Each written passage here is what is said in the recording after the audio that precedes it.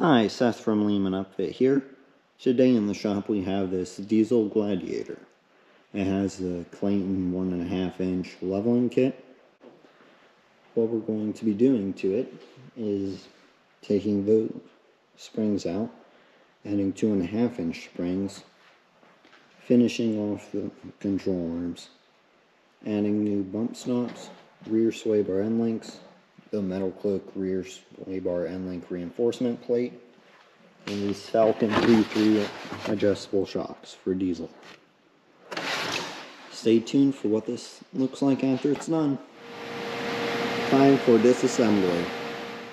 So I went ahead and adjusted the upper arms, swapped out the springs, added these lower arms, adjusted track bar and sway bar end links.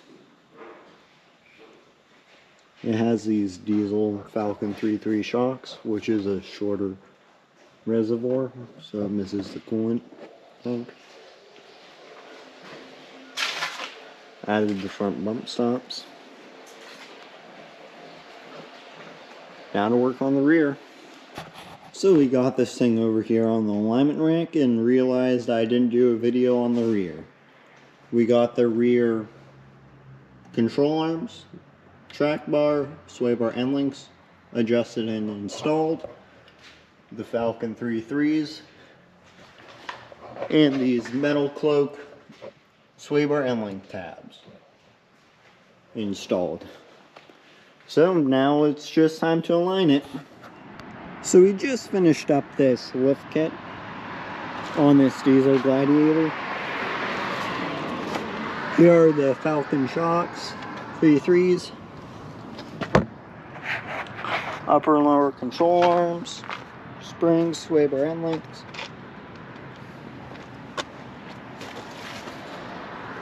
metal cloak reinforcement brace. Let's see if I can get you a better view of it.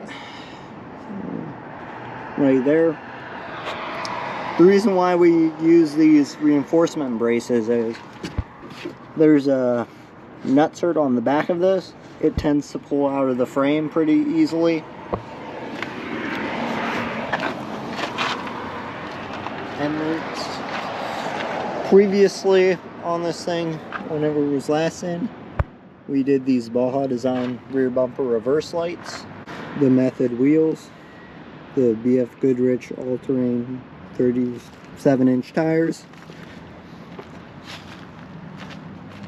Warren winch and winch plate on the factory steel bumper, the factory 55 flat link, and these Baja Design LP6s.